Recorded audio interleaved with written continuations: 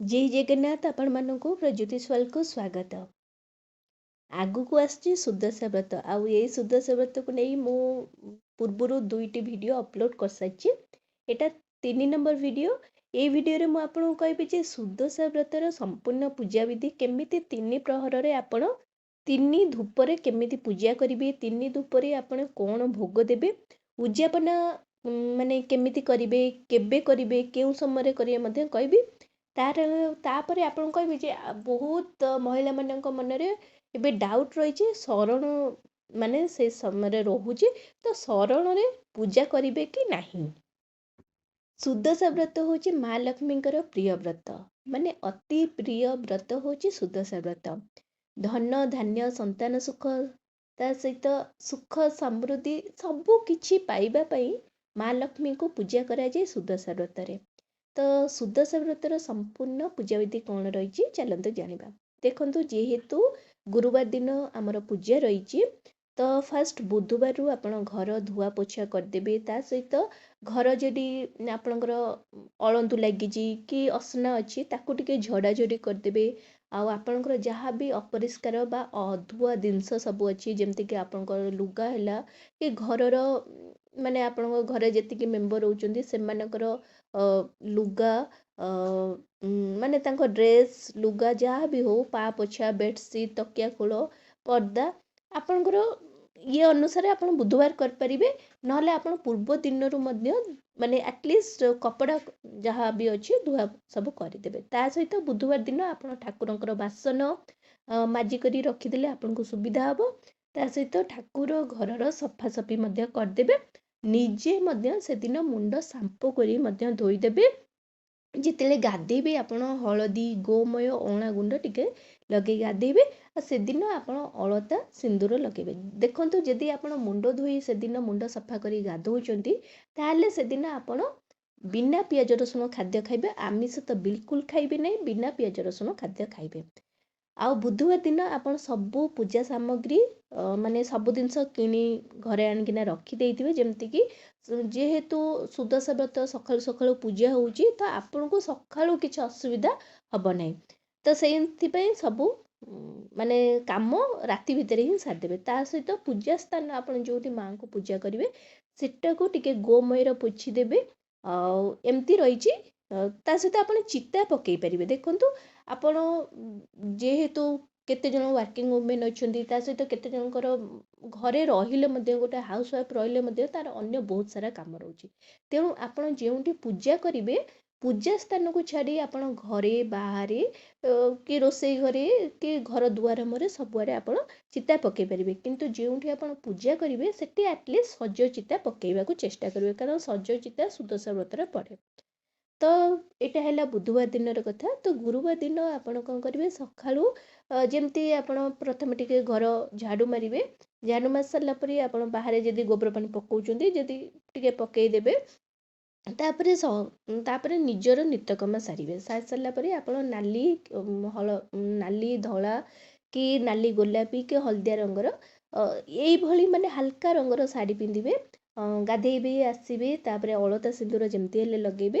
तापर जेउंटी पूजा स्थान रे आपण चिता पकई नथिबे से स्थान रे टिके सज चिता पकेइबे। पकई सारला परे आपण कोन करिवे से टिके सुखी गला परे सेतिरे टिके पंचामृत छिंची देबे ठाकुर घरे। तापर गंगा जल मध्ये छिंची देबे। तापर आपण कोन करिवे कलश स्थापना करिवे। बिना कलश स्थापना रे आपण कोनोसी पूजा माने सेटा संभव नुहे। ठीक अछि। तो प्रथमे पंचदेवतांकर पूजा हुए। तो कलश स्थापना करिवे केमती प्लेट रे कि आपण जदि तले रखुचंती किंतु गोटे प्लेट नेले बहुत भल हम। तो प्लेट रे आपण कोन करिवे अक्षत जे बा धान आपण कहउचंती नले अभंगा अरुआ चाउल जो अरुआ चाउल आपण भांगी नथिबो से अक्षत नेबे। कलश रे तापरे पानी नेबे तापरे रखिबे से अक्षत उपरे। कलश रे से पानी भितरे अगुरु अक्षत चंदन पैसा गुआ ये सब पकेइले। तापरे आंबडाल 5 7 9 11 एहीपरि भाव में आंबडाल नेबे। दुब बरकोली पत्र नेबे। नड़िया किंबा पैड़ आपण रखिबे। तापरे सालुकना देबे। भी सालुकना जदि नथिबो रक्षा सूत्र आपण बांधि परिबे। तापरे चंदन सिंदूर अर्पण करिवे। दीप लगेइबे। दीप को मध्य फूल चंदन सिंदूर मध्य अर्पण करिवे। ताहापरि कोन करिवे ଆପଣଙ୍କ ପାଖରେ ଯଦି କେବଳ ମା ଲକ୍ଷ୍ମୀ ଅଛନ୍ତି, ମା ଲକ୍ଷ୍ମୀଙ୍କର ଫଟୋ ହେଲା କି ପ୍ରତିମା ହେଲା କି ମୂର୍ତ୍ତି ହେଲା, ଯାହା ଆପଣଙ୍କ ପାଖରେ ଅଛି ମା ଲକ୍ଷ୍ମୀଙ୍କୁ ପୂଜା କରିପାରିବେ। ଯଦି ଆପଣଙ୍କ ପାଖରେ ପ୍ରଭୁ ନାରାୟଣ ଅଛନ୍ତି, ପ୍ରଭୁ ନାରାୟଣଙ୍କ ସହିତ ମା ଲକ୍ଷ୍ମୀଙ୍କୁ ମଧ୍ୟ ଆପଣ ପୂଜା କରିପାରିବେ। ତ କ'ଣ କରିବେ, ଉଭୟଙ୍କୁ ପୂଜା କରିପାରିବେ। ଯଦି ଆପଣ କେବଳ ମା ଲକ୍ଷ୍ମୀ ଅଛନ୍ତି, ମା ଲକ୍ଷ୍ମୀଙ୍କୁ ସେଦିନ ପୂଜା କରାଯାଏ। ତ ମା ଲକ୍ଷ୍ମୀଙ୍କୁ ପ୍ରଥମେ ହଳଦୀ ପାଣି ମାନେ ହଳଦୀ ଲେପ ଟିକେ ଦେବେ, ତାଙ୍କୁ ହଳଦୀ ପାଣିରେ ସ୍ନାନ କରାଇଦେବେ, ତାପରେ ପଞ୍ଚାମୃତରେ ସ୍ନାନ କରିଦେବେ, ତାପରେ ଶୁଦ୍ଧ ଜଳରେ ତାଙ୍କୁ ସ୍ନାନ କରିଦେବେ। ତାପରେ ତାଙ୍କୁ ଯେଉଁଠି ଆପଣ ଖଟୁଲି ହେଲା କି ଆପଣଙ୍କର ପିଢ଼ା ହେଲା ଯେଉଁଠି ଅଛି ତାପରେ ଗୋଟେ ନାଲି କନା ବିଛେଇ ଦେବେ। ତାପରେ କ'ଣ କରିବେ, ମାଆଙ୍କୁ ଆସ୍ଥାନ ଦେବେ। ତାପରେ ମାଆଙ୍କୁ ଆଉ ପ୍ରଭୁଙ୍କୁ ଆସ୍ଥାନ ଦେଲେ ତାପରେ ଆପଣଙ୍କର ପୂର୍ବରୁ ଯେହେତୁ ଏଟା ନୂଆ ବ୍ରତଧାରୀ ମାନେ କରିପାରୁନାହାନ୍ତି, ତ ପୁରୁଣା ବ୍ରତଧାରୀ ତାଙ୍କ ପାଖରେ ପୂର୍ବରୁ 9ଟି ଗୁଆ, ଆପଣ ଯେତେ ଗୁଆ ଥାଉ ଆପଣଙ୍କ ପାଖରେ ସେଥିରୁ କେବଳ 9ଟି ଗୁଆ ଆଣିବେ। 9ଟି ଗୁଆକୁ 9ଟି ଗୁଆ ତା ସହିତ ଆପଣଙ୍କର ନୂଆ ଗୋଟିଏ ଗୁଆ ମିଶାଇବେ। ଟୋଟାଲ ହେଲା 10ଟି ଗୁଆ। ତ 10ଟି ଗୁଆକୁ ଆପଣ କ'ଣ କରିବେ, ଏବେ ଟିକେ ହଳଦୀ ପାଣିରେ ଧୋଇଦେବେ, ତାପରେ ପଞ୍ଚାମୃତରେ ଟିକେ ସ୍ନାନ କରାଇଦେବେ, ତାପରେ ଶୁଦ୍ଧ ଜଳରେ ସ୍ନାନ କରାଇ କ'ଣ କରିବେ, ଗୋଟେ ପ୍ଲେଟ୍ରେ କି ଗୋଟେ ବଡ଼ ଜାଗାରେ କ'ଣ କରିବେ, ସେଇ 10ଟି ଗୁଆ ରଖିବେ। ତାପରେ ନୂଆ ବ୍ରତ ଗୋଟେ ଆଣିବେ। ବ୍ରତଟି ଧଳା କିମ୍ବା ହଳଦିଆ ହେଇଥିବ, ନାଲି ରଙ୍ଗର ହେଇନଥିବ। ତ ଧଳା ହଉ କି ହଳଦିଆ ହଉ ଆପଣ କ'ଣ କରିବେ, ତାକୁ ଆଉଥରେ ହଳଦୀ ପାଣିରେ ଟିକେ ଧୋଇଦେବେ, ତାପରେ ପଞ୍ଚାମୃତ, ତାପରେ ଶୁଦ୍ଧ ଜଳରେ ତାକୁ ସ୍ନାନ କରାଇଦେବେ। କରିସାରିଲା ପରେ 10ଟି ଗଣ୍ଠି ମାଙ୍କ ନାମରେ, ମା ଲକ୍ଷ୍ମୀଙ୍କ ନାମରେ ମୁଁ ବହୁତ ପୂର୍ବରୁ ବହୁତ ଭିଡ଼ିଓ ଅପଲୋଡ଼ କରିଛି, ଆପଣ ଦେଖିପାରିବେ। ସେଥିରେ 10ଟି ମାଙ୍କର ନାମ ନେବେ। ନେଇକରି ଆପଣ କ'ଣ କରିବେ, 10 କେରା ଦୁବ, ଫୁଲ, ବରକୋଳି ପତ୍ରଟେ ଦେଇ ଆପଣ କ'ଣ କରିବେ, 10 ଗଣ୍ଠି ପକାଇବେ। ତାପରେ କ'ଣ କରିବେ, ମାଆଙ୍କୁ ହେଲା ତା ସହିତ ଆପଣଙ୍କର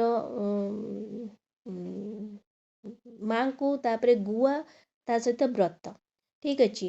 ତ ତାଙ୍କୁ କ'ଣ କରିବେ, ଚନ୍ଦନ ସିନ୍ଦୁର ଅର୍ପଣ କରିବେ। ଏବେ କ'ଣ କରିବେ, ଗୋଟେ ଜାଗାରେ ହଳଦୀ ନେବେ, ଠିକ୍ ଅଛି, ମାନେ ଗୁଣ୍ଡ ହଳଦୀ ନେବେ। ଆପଣ ଯଦି ହଳଦୀ ମାନେ କଞ୍ଚା ହଳଦୀ ମାନେ ଭେଦେଇ କରି ରଖିଛନ୍ତି ତାକୁ ମଧ୍ୟ ବାଟି ପାରିବେ ଆପଣଙ୍କ ସୁବିଧା ଅନୁସାରେ। ତ ଆପଣ କ'ଣ କରିବେ, ମାନେ ଯେମିତି ହଳଦୀ ବଟା ଥାଏ, ସେଇ ହଳଦୀ ମାନେ ପୁରା ପାଣିଆ ହେଇନଥିବ, ମାନେ ଟିକେ ହାର୍ଡ଼ ଟାଇପ୍ର ଥିବ, ସେଇ ହଳଦୀ ବଟାକୁ କ'ଣ କରିବେ, 10ଟି ଗୁଳା କରିବେ। ସେଇ 10ଟି ଗୁଳା 10ଟି ଗୁଆ ଉପରେ ରଖିବେ, ମାନେ 10 ମେଞ୍ଚା ହଳଦୀ ଆପଣ କ'ଣ କରିବେ, ସେଠି ରଖିଲେ। ରଖି ସାରିଲା ପରେ ଆପଣ ତାଙ୍କୁ ଚନ୍ଦନ ସିନ୍ଦୁର ଅର୍ପଣ କରିବେ। ଏବେ 10 ପ୍ରକାର ଫୁଲ, 10 କେରା ଦୁବ, ଅଁଳା ପତ୍ର, ବରକୋଳି ପତ୍ର, 10ଟି ଅକ୍ଷତ ବା 10ଟି ଅଭଙ୍ଗା ଅରୁଆ ଚାଉଳ ଅର୍ପଣ କରିବେ। ମୂଳା ଆଉ ତା ସହିତ ଆଖୁ ମଧ୍ୟ ଆପଣ ଅର୍ପଣ କରିପାରିବେ। ଦେଖନ୍ତୁ, ଆପଣଙ୍କ ପାଖରେ ଯଦି 10 ପ୍ରକାର ଫୁଲ ନାହିଁ, ଆପଣ 10 ମାନେ ଆପଣଙ୍କ ପାଖରେ ଗୋଟିଏ ଫୁଲ ଅଛି, ଗୋଟିଏ ଫୁଲକୁ ଆପଣ 10 ଥର ମାଙ୍କୁ ଅର୍ପଣ କରିପାରିବେ, ଠିକ୍ ଅଛି। ତ କିନ୍ତୁ 10ଟି ଦୁବପତ୍ର ନିହାତି ଦରକାର। ତ 10 କେରା ଦୁବପତ୍ର ଆପଣ ଅର୍ପଣ କରିବେ। ତା ସହିତ ଆପଣ ଏବେ କ'ଣ କରିବେ, ଧୂପ ଅର୍ପଣ କଲେ, ଧୂପ ଲଗାଇବେ, ତାପରେ 10 ଦୀପ ମଧ୍ୟ ଲଗାଇବେ। ଆପଣଙ୍କ ପାଖରେ 10 ମୁଖା ଦୀପ ଆସୁଛି ମାର୍କେଟରେ, ଯଦି 10 ମୁଖା ଦୀପ ଅଛି ତ 10 ମୁଖା ଦୀପ ଲଗାଇବେ। ଯଦି ଆପଣଙ୍କ ପାଖରେ 10 ମୁଖା ଦୀପ ନାହିଁ, ତାହେଲେ ମାଟିର ଦୀପ ଆପଣ 10ଟି ନେଇ ଆସି ସେଠି ମଧ୍ୟ ଆପଣ ଲଗାଇବେ। କିନ୍ତୁ ଫାଷ୍ଟରୁ ଗୋଟେ ଦୀପ ଆପଣଙ୍କ ଲାଗିଥିବ, ଏବେ ପୁଣି ଥରେ 10ଟି ଦୀପ ଆପଣ ଲଗାଇବେ। ତାପରେ କ'ଣ କରିବେ, 10ଟି ଦ୍ରବ୍ୟ ମିଶାଇ, ମାନେ 10ଟି ଜିନିଷ ମିଶାଇ ପଣା ଭୋଗ ପ୍ରସ୍ତୁତ କରିବେ। ମୁଁ ପୂର୍ବରୁ ମଧ୍ୟ ଭିଡ଼ିଓ ଛାଡ଼ିଛି ପଣା ଭୋଗ କେମିତି କରିବେ। ତ 10ଟି ଦ୍ରବ୍ୟ ମିଶାଇ ଆପଣ ପଣା ଭୋଗ ପ୍ରସ୍ତୁତ କରିବେ। ସେଇ ପଣା ଭୋଗକୁ ପ୍ରଥମେ କ'ଣ କରିବେ, ଗୋଟେ କଦଳୀ ପତ୍ରରେ ପ୍ରଥମେ ଆପଣ କଳସକୁ ଭୋଗ ଦେବେ। ତାପରେ ଆପଣ କ'ଣ କରିବେ, 10 ମୁଠା କରି 10 ଥର, ଠିକ୍ ଅଛି, 10 ମୁଠା କରି 10 ଥର ଆପଣ କ'ଣ କରିବ, ପଣା ଭୋଗ ଅର୍ପଣ କରିବେ। ତାପରେ 10 ପ୍ରକାର ଫଳମୂଳ ଯାହା ବି ଆପଣଙ୍କୁ ମିଳୁଛି ସେ ସମୟରେ, ତ 10 ପ୍ରକାର ଫଳମୂଳ ମଧ୍ୟ ଅର୍ପଣ କରିବେ। ଭୋଗରେ ଆପଣ ନୈବେଦ୍ୟ ଆକାରରେ ଅର୍ପଣ କଲେ। ତାପରେ ଝୁଣା କର୍ପୂରରେ ଆପଣ ଆଳତି କରିବେ। ପ୍ରଥମେ ଝୁଣାରେ ଆଳତି କଲେ, ତାପରେ କର୍ପୂରରେ ଆଳତି କରିବେ। ଆଳତି କରିସାରିଲା ପରେ ଆପଣଙ୍କର ପ୍ରଥମ ପ୍ରହରର ପୂଜା ଆପଣଙ୍କର ସମାପ୍ତ ହେଲା। ତାପରେ ଆପଣ ମାଙ୍କର ଯଦି କିଛି ଭୁଲ ଭଟକା ହେଇଯାଇଛି ଆପଣଙ୍କୁ କ୍ଷମା ପ୍ରାର୍ଥନା କରିବେ। ଏଟା ହେଲା ପ୍ରଥମ ପ୍ରହରର। ଦ୍ୱିତୀୟ ପ୍ରହରରେ ଆପଣ କ'ଣ କରିବେ, ଦିନ 12ଟା କି 11ଟା ବାରଟା ପାଖାପାଖିରେ ଆପଣ କ'ଣ କରିବେ, ପ୍ରଥମେ କ'ଣ କରିବେ, ଠାକୁର ତ ଅଛନ୍ତି, ତ ଆପଣ କ'ଣ କରିବେ, ଦୀପ ଧୂପ ଆଗେ ପ୍ରଥମେ ଲଗାଇବେ। ମାନେ ଆପଣ ଗୋଟିଏ ଦୀପ ଏଇ ସମୟରେ ଲଗାଇ ପାରିବେ, କିଛି ଅସୁବିଧା ନାହିଁ। ତ ସେ ଯେଉଁ ଦୀପଟା ଯଦି ଜଳୁଥିବ ତ ବହୁତ ଭଲ ଅଛି, ଯଦି ନ ଜଳୁଛି ତାହେଲେ ଆଉ ଥରେ ଦୀପ ସଜାଡ଼ିବେ, ଦୀପ ଲଗାଇବେ, ଧୂପ ଲଗାଇବେ। ସୁଦଶା ବ୍ରତର ବହି ପଢ଼ିବେ। ଠିକ୍ ଅଛି, ସୁଦଶା ବ୍ରତ ବହି ଆପଣଙ୍କ ପାଖରେ ସମସ୍ତଙ୍କ ପାଖରେ ଥିବ। ତ ସୁଦଶା ବ୍ରତର ବହି ପଢ଼ିବେ, ମହାଲକ୍ଷ୍ମୀଙ୍କର ଅଷ୍ଟକମ୍ ପାଠ କରିବେ। ତା ପୂର୍ବରୁ ଆପଣ କ'ଣ କରିବେ, 10 ପୁରରେ 10ଟି ମଣ୍ଡା ପିଠା କରିଥିବେ। ଠିକ୍ ଅଛି।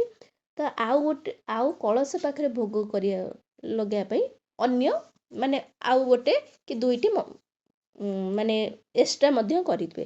ପ୍ରଥମେ କ'ଣ କରିବେ, କଳସ ପାଖରେ ଭୋଗ ଲଗାଇବେ, ତାପରେ ମା ଲକ୍ଷ୍ମୀଙ୍କ ପାଖରେ ଆପଣ 10 ପୁରରେ 10ଟି ମଣ୍ଡା ପିଠା ଭୋଗ ଲଗାଇବେ। ତାପରେ ଝୁଣା ଆଉ କର୍ପୂରରେ ଆଳତି କରିବେ। ଆଳତି କରିସାରିଲା ପରେ ଆପଣ ଯଦି କିଛି ଭୁଲ ହେଇଯାଇଛି ମାଆଙ୍କୁ କ୍ଷମା ପ୍ରାର୍ଥନା କରି ଆପଣ କ'ଣ କରିବେ, ବ୍ରତ ତାପରେ ପିନ୍ଧିବେ। ମାନେ ମଣ୍ଡା ପିଠାର ଭୋଗ ଦେଇ ସାରିଲା ପରେ ଆପଣ କ'ଣ କରିବେ, ନିଜ ଡାହାଣ ହାତର ବାହୁବନ୍ଧରେ ହିଁ ବ୍ରତ ପିନ୍ଧିବେ। ଠିକ୍ ଅଛି। ଏଇଟା ହେଲା ଆପଣଙ୍କ ଦ୍ୱିତୀୟ ପ୍ରହରର ପୂଜାବିଧି। ତୃତୀୟ ପହର ଦେଖନ୍ତୁ, ବିଶେଷ କରି ସନ୍ଧ୍ୟା ହେଇନଥିବ। ସନ୍ଧ୍ୟା ହବାର ପୂର୍ବରୁ ଯଦି ଆପଣଙ୍କର 5ଟାରେ ସଞ୍ଜ ହେଉଛି, ତାହେଲେ 3:30ରୁ 4ଟା ଭିତରେ, ଠିକ୍ ଅଛି, 3:30 ପାଖାପାଖି ଆପଣ କ'ଣ କରିବେ, ଦୀପ ଲଗାଇଲେ, ଧୂପ ଲଗାଇଲେ। ତାପରେ କ'ଣ କରିବେ, ପଣା ଭୋଗ ଆପଣଙ୍କ ଆଡ଼େ ଯଦି ଅଛି ପଣା ଭୋଗ ଦେବାର, ତ ପଣା ଭୋଗ ଦେଇପାରିବେ। ମାନେ ଆପଣ ଯେଉଁ ସକାଳେ 10 ପ୍ରକାର ପଣା ଭୋଗ ଅଛି, ତ ସେମିତି ଆଉ ଥରେ ପ୍ରସ୍ତୁତ କରି ମଧ୍ୟ କରିପାରିବେ। ନହେଲେ ଫଳମୂଳ ଭୋଗ, କିନ୍ତୁ ଏଠି ଫଳମୂଳ ଭୋଗ ଏମିତି 10 ପ୍ରକାର ନଦେଲେ ଚଳିବ, 1, 2 ପ୍ରକାର 3 ପ୍ରକାର ହେଲେ ମଧ୍ୟ ଚଳିବ। ସେଟା ଆପଣଙ୍କ ଉପରେ ଡିପେଣ୍ଡ କରୁଛି କେତେ ପ୍ରକାର ଭୋଗ ଲଗାଇବେ ଫଳ। ତ ଆପଣ କ'ଣ କରିବେ, ପ୍ରଥମେ କଳସ ପାଖରେ ଆଉ ଥରେ ପୁଣି ଭୋଗ ଲଗାଇବେ। ତାପରେ ଆପଣ କ'ଣ କରିବେ, ମା ଲକ୍ଷ୍ମୀଙ୍କ ପାଖରେ ଫଳମୂଳର ଭୋଗ ଲଗାଇବେ। ତାପରେ ମାଙ୍କ ପାଖରେ ଆପଣ ଝୁଣା କର୍ପୂରରେ ଆଳତି କରିବେ। ଆଳତି କରିସାରିଲା ପରେ ଏହି ସମୟରେ ମାଙ୍କୁ ଉଯାପନା କରାଯାଏ। ଦେଖନ୍ତୁ, ବିସର୍ଜନ କରାଯାଏ ନା। ବିସର୍ଜନ ଆଉ ଉଯାପନା ଭିତରେ ବହୁତ ସାରା ଡିଫରେନ୍ସ ଅଛି। ଠିକ୍ ଅଛି। ତ ଉଯାପନା କରିବେ। ଉଯାପନା କେମିତି କରିବେ, ଆପଣ ଯେଉଁ ପ୍ରଥମେ ତାଙ୍କର ସ୍ଥାନକୁ ପରିବର୍ତ୍ତନ କରାଯାଏ। ଉଯାପନାର ଅର୍ଥ ତାଙ୍କର ସ୍ଥାନ, ମାନେ ମା ବସିଥିଲେ ତାଙ୍କୁ ଟିକେ ମାନେ ତାଙ୍କ ସ୍ଥାନକୁ ଏପଟ ସେପଟ କରିଦେଲେ ସେ ସ୍ଥାନ ପରିବର୍ତ୍ତନ କରି ଆପଣଙ୍କ ଘରେ ହିଁ ରହିଲେ। ଠିକ୍ ଅଛି। ତ ଉଯାପନା କେମିତି କରିବେ, ଉଯାପନା ଆପଣ କ'ଣ କରିବେ, ପ୍ରଥମେ ଝୁଣା କର୍ପୂରରେ ଆଳତି କରିସାରିଲା ପରେ ଆପଣ ଆଉ ଥରେ ବହିପାଠ ମଧ୍ୟ କରିପାରିବେ। ନକଲେ ମଧ୍ୟ ଚଳିବ, ନହେଲେ ପରେ ଆପଣ କରିପାରିବେ ସନ୍ଧ୍ୟାବେଳକୁ। ତ ଏବେ କ'ଣ କରିବେ, ଉଯାପନା 3 ଥର ଆପଣ ଯେଉଁ କଳସ ଅଛି, କଳସକୁ ଆଗକୁ କିମ୍ବା ପଛକୁ କି ମାନେ ମୁଁ କହିଲି ଆପଣଙ୍କ ସ୍ଥାନ କେବଳ ପରିବର୍ତ୍ତନ ହେବ। ଠିକ୍ ଅଛି। ତ କଳସକୁ 3 ଥର ଏପଟ ସେପଟ କରିଦେବେ। ତାପରେ ମହାଲକ୍ଷ୍ମୀଙ୍କର ଯେଉଁ ତାଙ୍କର ସ୍ଥାନକୁ, ତାଙ୍କ ଖଟୁଳିକୁ ଟିକେ ନହେଲେ ଟେକି ଦେବେ, କି ଆପଣ କ'ଣ କରିବେ, ଟିକେ ପଛକୁ କରିଦେବେ କି ଆଗକୁ କରିଦେବେ। ଏହିପରି ଭାବରେ ମାଙ୍କର 3 ଥର ଏଇପର କରିବେ, ଯାହାଦ୍ୱାରା ତାଙ୍କର ସ୍ଥାନ ପରିବର୍ତ୍ତନ ହେଇଯିବ ଆଉ ଉଯାପନା ହେଇଯିବ।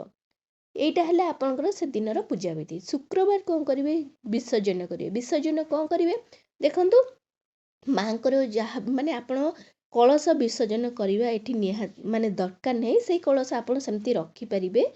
ଆପଣ ବିସର୍ଜନ ଯେମିତିକି ଫୁଲ ହେଲା, ଭୋଗ ହେଲା, ଅନ୍ୟ ଜିନିଷ ଯାହା ବି କିଛି ଅଛି, ଫଳମୂଳ ଯଦି ଆପଣ କିଛି ମାନେ ଆପଣ ଖାଇନାହାନ୍ତି ରହିଛି, ତ ସେ ସବୁ ଆପଣ ବିସର୍ଜନ କରିପାରିବେ।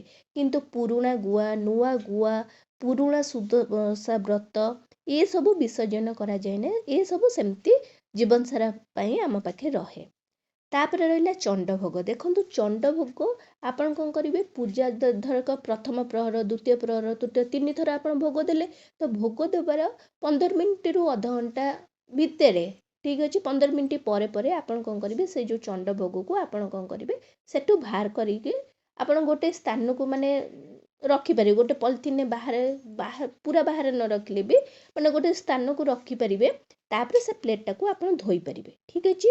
କାରଣ ବହୁ ସମୟ ଧରି ମାନେ ଆପଣଙ୍କର ଭୋଗ ସେମିତି ରୁହେ ନାହିଁ। ଆମେ ଯେମିତି ଖାଇସାରିଲା ପରେ ସାଙ୍ଗେ ସାଙ୍ଗେ ଜିନିଷଟି ମାନେ ଆମେ ଥାଳି ଧୋଇ ଦେଉ, ପରେ ବେଶୀ ସମୟ ରୁହେନି। ତ ସେଇପରି ଭଗବାନଙ୍କର ସେମିତି ବହୁତ ସମୟ ରୁହେନି। ତାପରେ ଏବେ ବହୁତ ମହିଳାମାନଙ୍କ ମନରେ ଅଛି ଯେ ଶରଣରେ ପୂଜା କରିବା କି ନାହିଁ। ଦେଖନ୍ତୁ, ଶରଣରେ ସେମିତି କିଛି ବି ନାହିଁ। ଆପଣ ଶରଣରେ କେବଳ ଏତିକି ଅଛି ଯେ ସେ ସମୟରେ ଆପଣ ମାନେ ଗଛ କାଟିବା କି ଓପାଡ଼ିବା ଏସବୁ ଜିନିଷ କରାଯାଏ ନାହିଁ। କିନ୍ତୁ ଆପଣ ଅନ୍ୟ ସବୁ ଜିନିଷ କରିପାରିବେ, ପୂଜା କରିପାରିବେ। ଏ ସମୟରେ ପୂଜା କଲେ କିଛି ବି ଅସୁବିଧା ନାହିଁ। ଠିକ୍ ଅଛି। ତ ଏହିପରି ନିୟମ ରହିଛି ସୁଦଶା ବ୍ରତର। आशा करछि आपण मानक बहुत पसंद आसीथिबा ए वीडियोटी जदि आसीछि ताहले ए चैनल को जल्दी करी लाइक शेयर सब्सक्राइब कर दियंतु। नमस्कार।